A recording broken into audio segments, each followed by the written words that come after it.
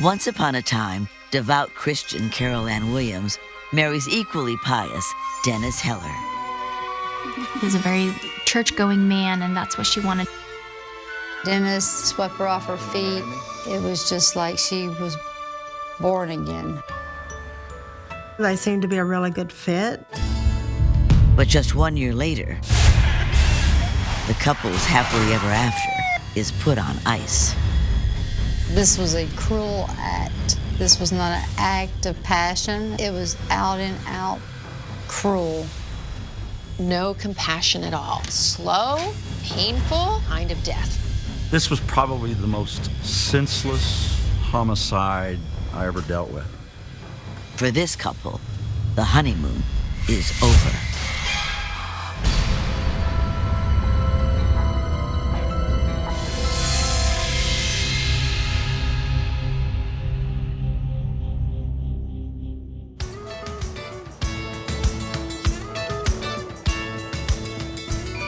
In Arkansas, 53-year-old Carol Ann Williams can't wait to marry 50-year-old Dennis Heller. She was such a loving person, and she had all this love to give, and I was excited that she was going to be able to share that love with someone. Carol and Dennis have both been married before and are ready to give love a second chance.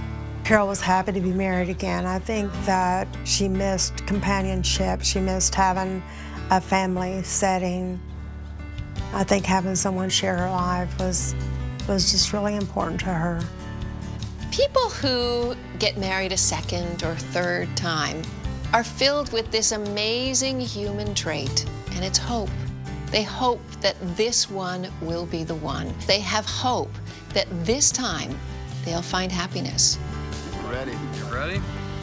Dennis, do you take Carol? Too loving to hold in sickness and in health? I do. Carol, you take Dennis? From the beginning, Dennis and Carol share a special commitment I do. to themselves Dennis, take the ring. and their church. My Aunt Carol was raised in a very spiritual home. Regularly attended church, lived by God's rules, laws. With this ring, I thee wed? I thee wed. When she met Dennis and he swept her off her feet and had the same beliefs, it was just like she was born again, happy again. I thee wed? I thee wed. Carol and Dennis had this shared faith. It made them instantly recognize each other. They had the same kind of ideology in life. They were kindred spirits in that way because they both shared the same religion. And that makes things in a marriage start off so much easier. So with God as their witness, I now pronounce you man and wife. Thus you may kiss the bride.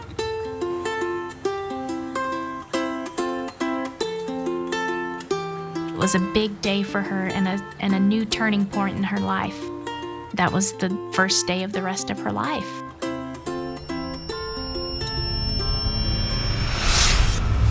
a life that just 1 year later is in crisis. At their home in Perry, Oklahoma, Dennis calls 911. He tells them that Carol won't wake up and is foaming from the mouth. He explains that morning, Carol stayed home from church with terrible stomach pains. Dennis went alone, but when he returned... Hey, babe, I'm home. You sleeping? Babe? You sleeping all day? Babe? Babe? He stated that his wife was unresponsive. He volunteered to take Carol to Oklahoma City, which was over an hour drive. But based on the symptoms, the 911 operator said, no, we'll send an ambulance right away. Imagine coming in from church in a peaceful, centered state of mind to find your beautiful bride, really, unresponsive, not knowing if she would live or die. It must have been devastating for him. What happened to Carol in the short time Dennis was at church? She clings to life as help races her way.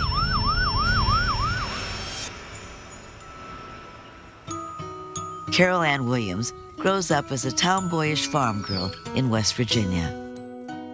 The oldest of 3 tight-knit daughters, her childhood is filled with country innocence and small-town values. My father owned a dairy farm. At one time had 21 milking cows. He had his own dairy route. And Carol loved to get up in the mornings and go with him. She is also passionate about her Christian faith. From a very young age, church was very much of her life. It was who she was. When she's not at Bible study, young Carol dreams of one day finding her Prince Charming. A man who was devoutly religious and hardworking. My grandparents from the beginning always said that they want their children, my mom and my aunts, to marry a Christian-going man. They wanted a Christian family, and they said they wanted the values to be carried on into their children. So my aunt always from the beginning wanted to marry a Christian man.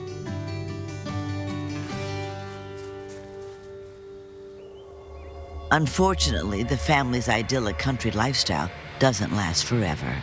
They weren't making enough money, so they had to move. They head to Chicago, where Carol thrives in the bustling city. There, she meets and marries her first serious boyfriend.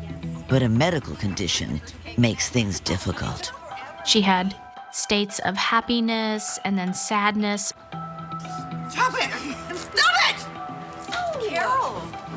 Oh. I'm an idiot! That's all it is! No, you... When it started to manifest more is when they really started doing testing. My aunt had bipolar disorder. Carol, come on, sweetie, sit down. Bipolar disorder can mean huge mood swings.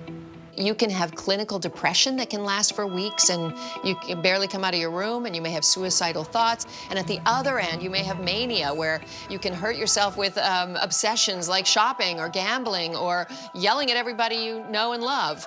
So it can really damage relationships. It's a very difficult diagnosis to live with. Carol's condition takes a toll on her marriage, which ends in divorce. Newly single, she moves back to the country for a fresh start. My Aunt Carol has always wanted to be a mother, and my mom had 5 children. So my aunt decided to come live by us, and she moved to Perry, Oklahoma. The change does wonders for Carol.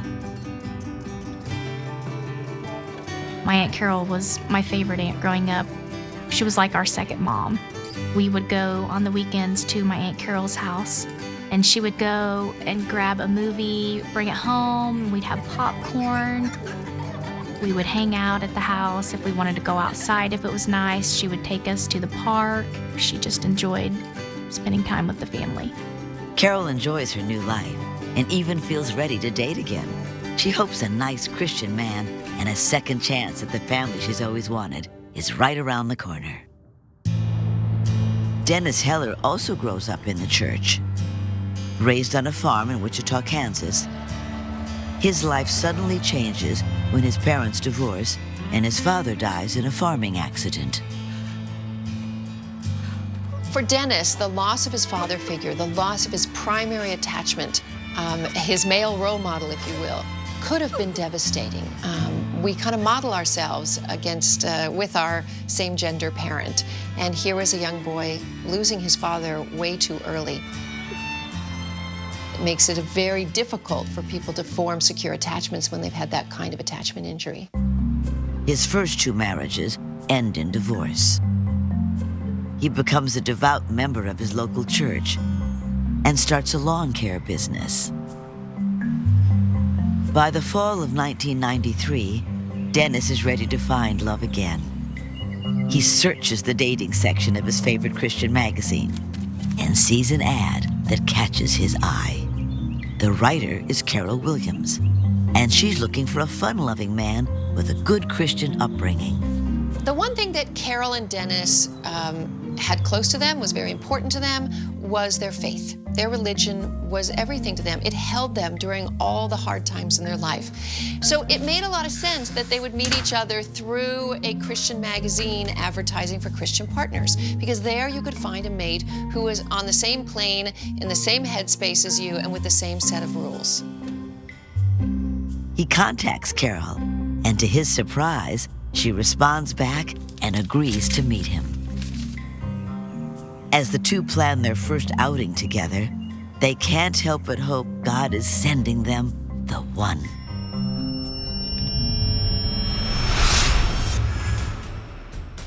But now, that hopefulness has turned into terror.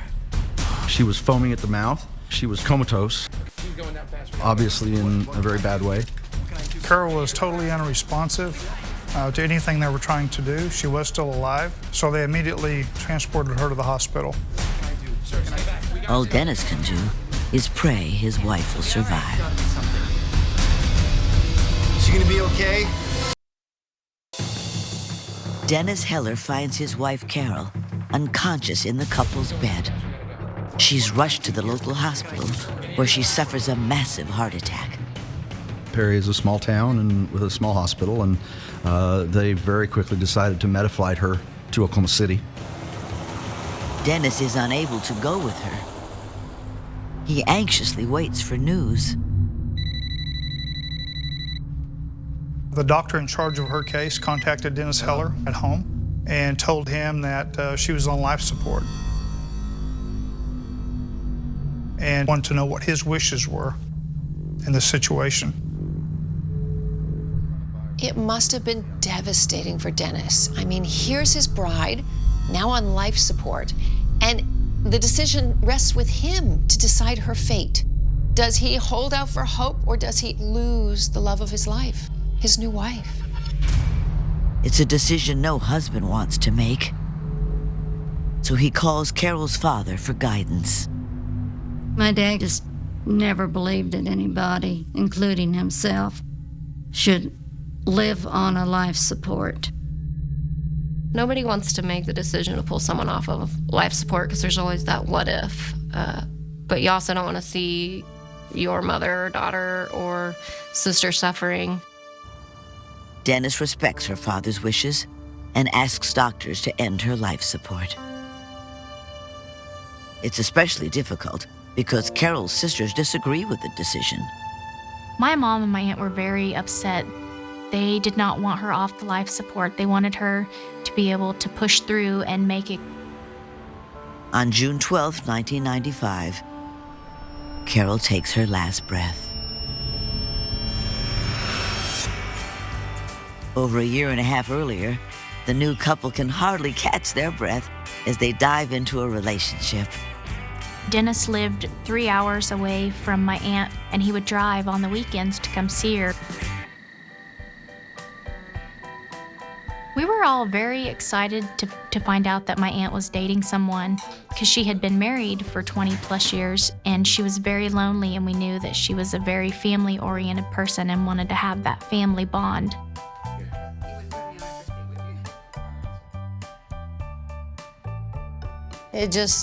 Like they'd known each other all their life. Their backgrounds were similar, their hobbies, likes, interests were very similar.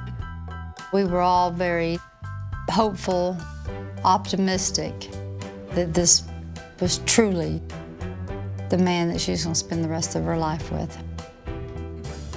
Dennis and Carol are like two peas in a pod. Both spiritual and soft-spoken, they enjoy a simple country lifestyle. You did all this for me. You're special. And on Sundays, everyone knows where to find the happy couple. He would come every weekend and go to church with her every Sunday. I think my Aunt Carol was attracted to Dennis because he was a very Christian man. He was a very church-going man, and that's what she wanted. She wanted a person to fellowship with, as she wanted companionship.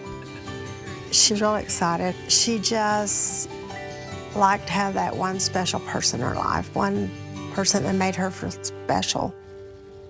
He even attends after-church events. They were faithful. They were always there together, always seemed to be involved in the sermon, and it was just a normal couple that was just doing their church thing on Sunday. Soon, Carol notices Dennis is struggling to balance business and pleasure. His lawn care company demands more and more of his time, so Carol offers to do his bookkeeping, a job she once did for another company. Carol had a very high IQ and a good business sense about her. She was a take care of business kind of person. I think my Aunt Carol's hopes for the future of the business with Dennis was for her to do all the bookkeeping, him to do the footwork. I got this, babe. Don't you worry about it. For her to start to get involved in the personal details of his life, doing the bookkeeping, was a way for her to really reaffirm this relationship and really make it clear, we're in this, we're in it together. We're starting to see overlapping between all their duties. Carol and Dennis seem inseparable. But now, their bond is broken.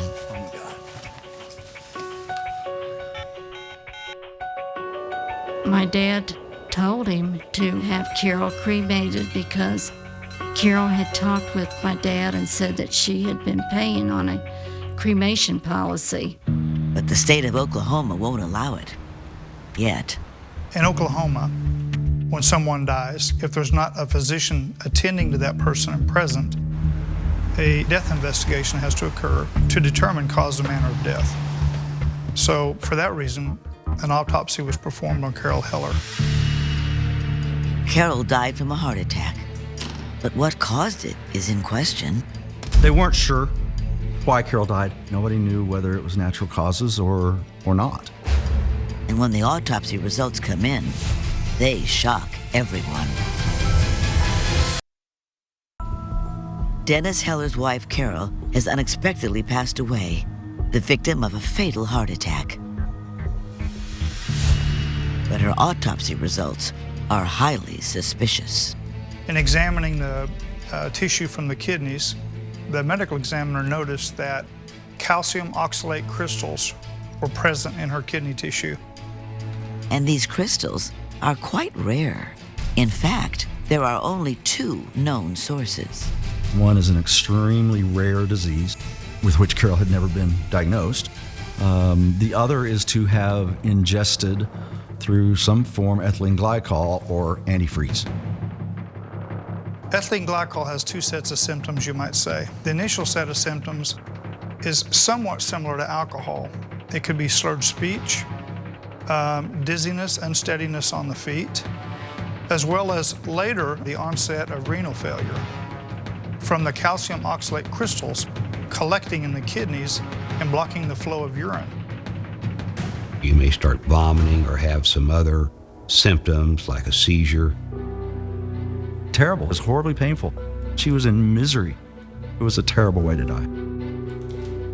The police are immediately notified. Carol's death is now a possible homicide. In a death investigation, you have to determine the manner of death. Was it an accident? Was it suicide? Was it caused by another person? And so you start through a process of being open to all possibilities. A good place to start and a normal place to start is with family members, spouses, significant others, and try to quickly rule them in or rule them out. Detectives discover Carol's husband has some minor brushes with the law in his recent past. He was arrested in March of 1995 for stealing some items from a pawn shop. And as a result of that, he served 30 days in jail in Midwest City, Oklahoma. But petty theft hardly makes someone a killer. There wasn't anything about Dennis Heller's criminal record that would have suggested, okay, maybe we should look deeper. In fact, investigators find it hard to believe that Carol's death is even a homicide. The thought of it being a poisoning case was hard to accept in terms of it's so unusual. It was like, this has to be an accident. You just don't see poisonings that often. So was it an accident? Or maybe suicide?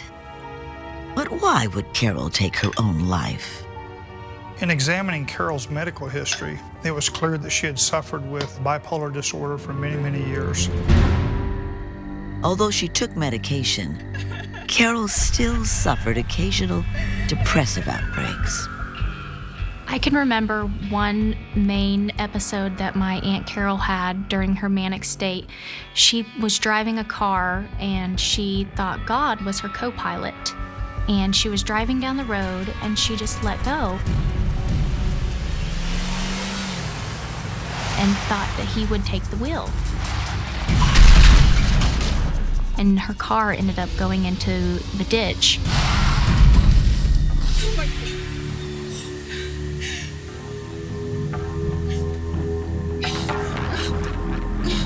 She would have really good days or really bad days. I remember a story of her getting out of her car and standing in the snow and almost having to have a toe amputated because of frostbite. One of the things you have to worry about, honestly, is the possibility that depression pushes them to the edge of suicidal thoughts.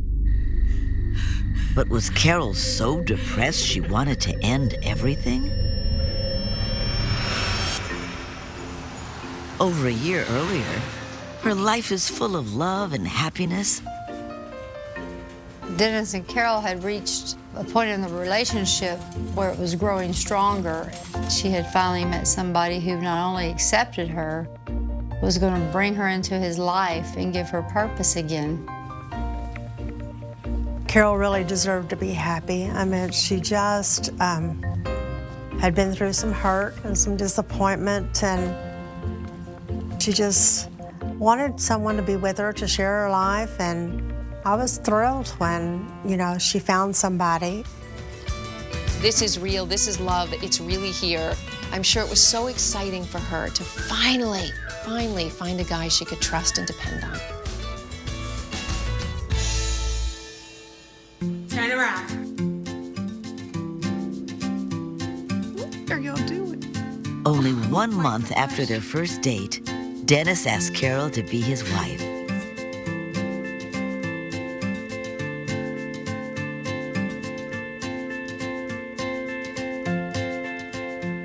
Will you marry me? Dennis, I would love to marry you. Are you kidding? Oh my gosh. She was going to have a life again, to a household and a family to care for. But before she ties the knot, she wants Dennis to meet her family. And she knows the perfect opportunity to do so. Every year we would have a Christmas play, and it was this big, huge, fun thing that everybody in the town came to. And I remember seeing my Aunt Carol, and there was a man with her. He was quiet and shy. He just seemed like a nerdy kid. But she was very excited. She sounded like the old Carol. Everybody was so happy that she had Dennis. I was very happy for my aunt to find somebody. I knew she was very lonely, and she found someone that she could have with her and have that companionship and love, and I thought she was going to be very happy. I was very excited for her. With the family stamp of approval, the couple begins planning their wedding.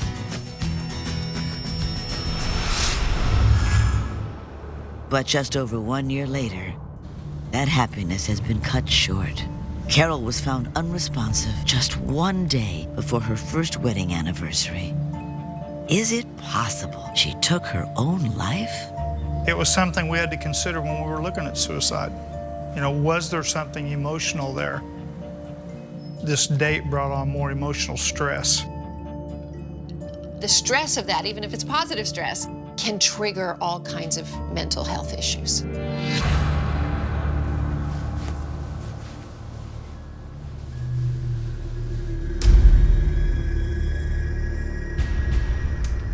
Investigators search the house for clues to her death.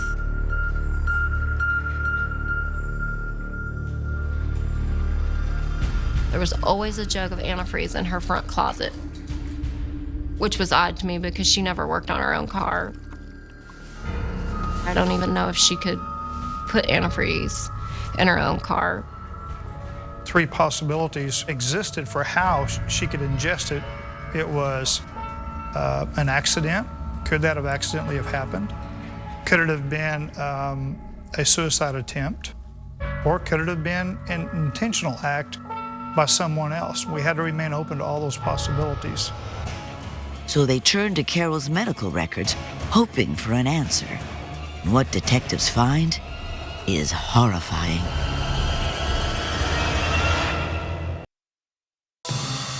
Detectives investigating Carol Heller's sudden death aren't sure whether to rule it a suicide or homicide. With Carol's history of mental illness, it did highlight or enhance the possibility that she had committed suicide. But her family members disagree. My aunt was a very strong Christian, and she believed that suicide was not okay because you cannot get into heaven if you have committed suicide. I don't think that any of us thought she did it herself, that she would have intentionally killed herself. But what about the antifreeze found in Carol's autopsy? If she didn't drink it, how did it get into her system? Detectives look through her medical records and make an unsettling discovery. The last 4 years of her life, 3 of those years, she went to the hospital about 6 times a year. The last year of her life, more specifically the last 8 months, she went to the hospital 28 times. And nearly every time, she suffers from the same symptoms: nausea, abdominal pain, dizziness, and slurred speech. Doctors wonder if the lithium in her bipolar medication is the cause. Lithium can cause some of these same symptoms. So many times, the doctors thought that the lithium was actually causing the problems. Even Carol herself believes her medication is to blame. Put an IV in her, do all their testing, find nothing, and yet tomorrow she's fine in terms of the symptoms that she's complaining of. And so she was released until the next time she showed up. Although no medical personnel ever said it, I think that they reached a point of just thinking that this was just part of her illness, that it was psychosomatic. Just a few weeks before her death, she once again walks into the hospital. But this time, her symptoms are more severe. She arrived very agitated. You could not get any useful information from her. She was confused. Her speech was slurred. She was breathing very rapidly. Doctors order more extensive blood tests, hoping to finally pinpoint the cause of Carol's illness. But it will take weeks to get the results. Many of the tests were tests that needed to be sent to an outside reference laboratory to be completed. They just weren't routinely done in our hospital. Before the results ever come back, Carol dies. Investigators continue to pore through her medical records and discover a strange pattern. We took the folders that had each individual visit to a hospital in it for Carol Heller, and we put them on chairs. Each chair held a particular month for that year. When we got done, we noticed that one chair, the month of April in 1995, had no folders on it. That's all of them. So then we had to ask ourselves, how in the world could she go to the hospital all these times in these different months and one whole month without her not going to hospital? It's a perplexing riddle detectives are determined to solve. They know Carol's husband, Dennis, wants answers, especially since just a year earlier, he is ready to make Carol his lifelong partner. The couple ties the knot in a quaint ceremony.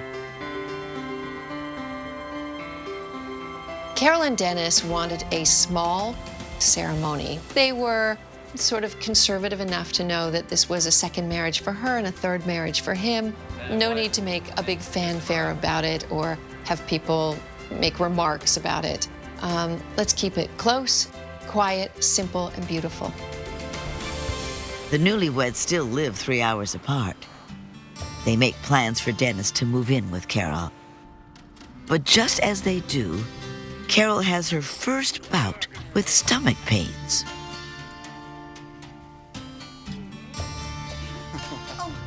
You all right? She would go to the hospital and they would run tests, and the tests would come back okay, that nothing was wrong. And she would be okay for a few days, and then the hospital would release her. Dennis urges Carol to take it easy, but she's eager to maintain a normal life. It very much bothered her that she wasn't able to take care of Dennis, that Dennis was having to take care of her. I think Carol was a traditional woman and she did want to take care of her husband. But now, having so much illness and her body not cooperating with her, she's unable to take over some of her wifely duties. She was afraid that Dennis was going to get tired of her being sick. She told me that she'd been sick just about ever since they'd been married. Dennis seems happy to wait on his love. He would cook for her, he would bring her drinks, make sure she was always having something that she wanted. But the mystery illness is destroying her new life. So Carol and Dennis take a trip to Denver, where the company that makes her bipolar medicine is based. So they had planned to go and drive to Colorado to see if it was a possibility that her medicine was making her ill. But during the trip, her stomach hurt so severely, she is hospitalized. She and Dennis eventually return home, unable to keep her appointment. She seemed very sad, but it didn't seem like she was sad for her. She was sad because Dennis had made the preparations and she didn't want to let him down. Shortly after their trip, Dennis finds Carol unconscious. Now her family and friends must gather to mourn the loss of their once vibrant loved one. My pastor and I talked about it and felt like that we needed to do something because she was part of our church, to have some kind of a memorial service in her honor. But Dennis, well, he's not quite himself. And I remember sitting there, and he was a few rows back, and he had fallen asleep. And we looked over at him, and I just remember thinking, why is he asleep when his wife has just died? Detectives are also beginning to have their own suspicions. Why did Carol see a doctor for stomach pains every month except April? Dennis Heller had been sentenced to 30 days in jail, and those 30 days were in the month of April 1995. Dennis, he's gone in with April. She's not in the hospital then. That's the difference. And that was the only time period in the last 8 months of her life where she was not in the hospital. At Carol's home, a strange discovery is made. In the dumpster were found some of Carol's personal possessions. The Bible of Carol, her family Bible, which was dearly precious to her. She never went to church without it. It was in the trash, as well as some personal letters and documents. In talking to the apartment manager, she stated that Dennis Heller had been observed the day that Carol was sick and in bed, taking her things out and putting them in the trash, even though she had not died yet. The person that observed this thought this was very peculiar behavior. The supposedly church-going man of faith throwing away his sick wife's precious family Bible. It's scandalous and more than a little suspicious. At the hospital, the results of Carol's blood test taken weeks before her death are in, and the truth they unravel is devastating. Carol Heller died an untimely death. Now the results from blood tests taken before her passing are in. They prove antifreeze was in her system, not just at the time of her death, but also in the weeks prior.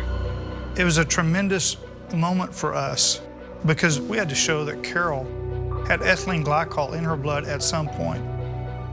And this is the only test we got that did that. Carol's husband, Dennis, is the prime suspect. We began interviewing Dennis Heller's associates, friends, people he went to church with. It became clear that he had a fixation with antifreeze. In a tablespoon?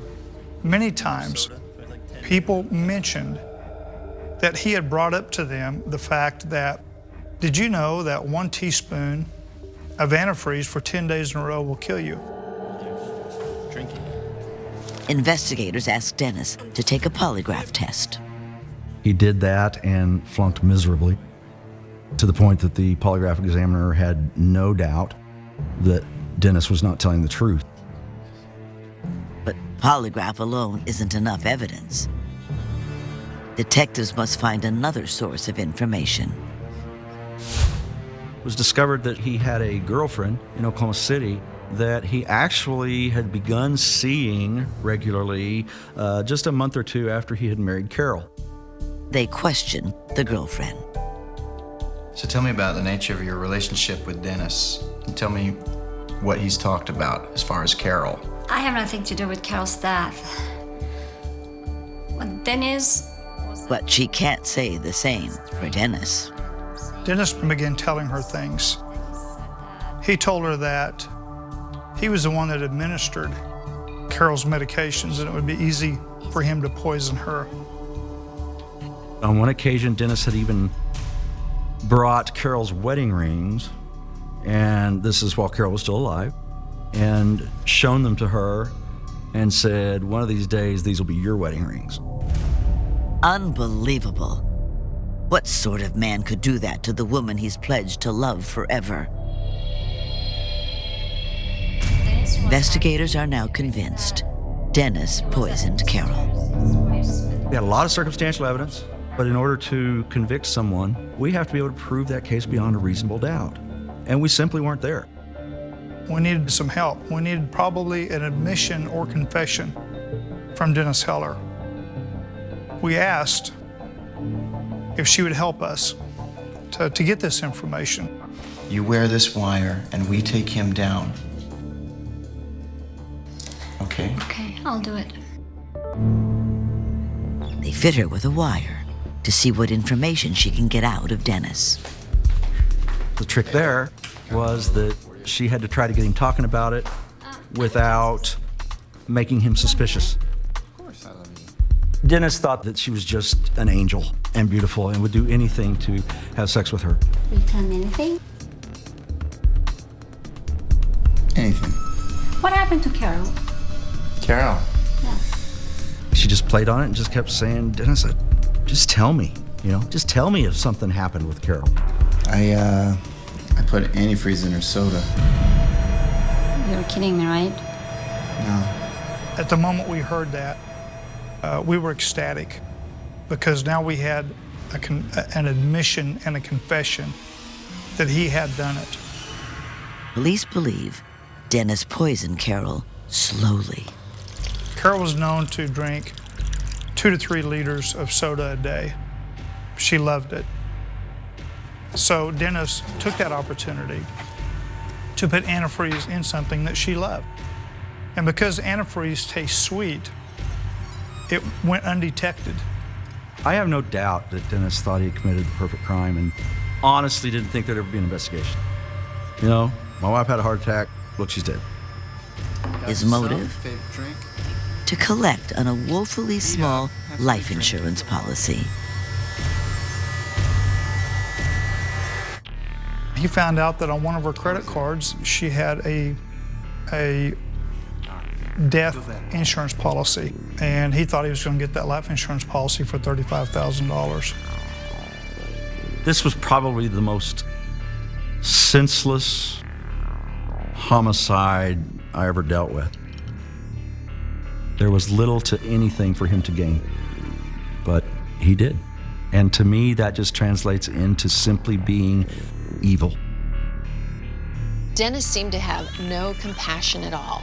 He chose a slow, painful, agony kind of death for Carol. He was slowly going to poison her. It was only ever about Dennis and his needs. He killed his beautiful wife for $35,000? When police apprehend Dennis, they discover that he is already scoping out his next victim. When we arrested him, we found 14 envelopes. These envelopes contained letters to new prospective mates through the same Christian dating service that he had met Carol Heller. Dennis is charged with first-degree murder. He eventually pleads guilty to manslaughter and is sentenced to life in prison.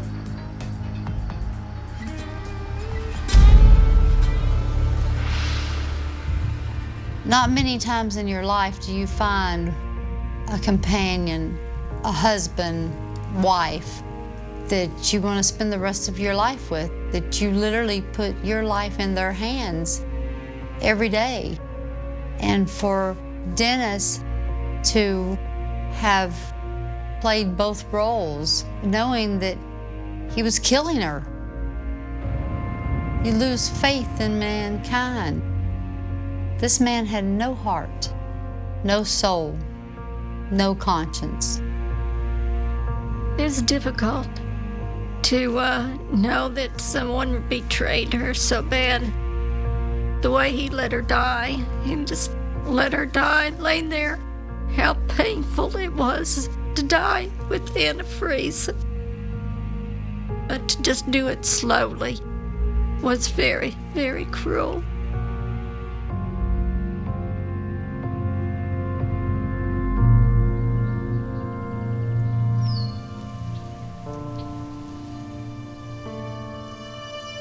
There was just a real sweetness about Carol that it was just a quiet sweetness. She would come to church and just that quiet smile just was something you just expected to see every Sunday. I miss my aunt. I miss the times that we had just sitting at the table. She always taught me to have patience with people and to live life to the fullest. And she said, always enjoy the people around you, the time that you have. Spend it with them and spend it wisely. And just enjoy every moment of life to the fullest.